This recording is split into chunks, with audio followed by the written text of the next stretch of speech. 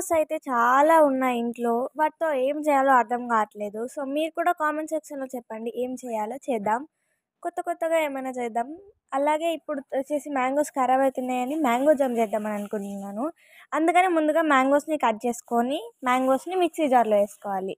ఆ తర్వాత మ్యాంగోని మంచిగా వాటర్ ఇంకా షుగర్ వేయకుండా ఫస్ట్ చేసుకుని, ఆ తర్వాత వాటర్ ఇంకా షుగర్ వేసుకోవాలి. ఆ తర్వాత కొంచెం నేను ఫుడ్ కలర్ యాడ్ చేసుకుంటున్నాను.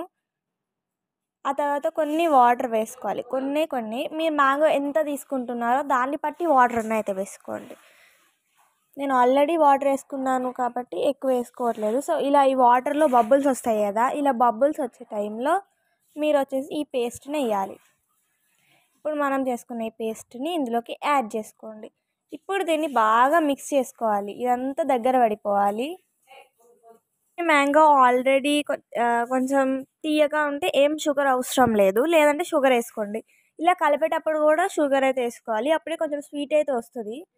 అందుకని నేనైతే షుగర్ వేసుకున్నాను. ఇది వచ్చేసి మరి ఇలా కలుపుతూనే ఉండాలి. లేదంటే బబుల్స్ ఇచ్చేసి ఇలా వస్తాయి.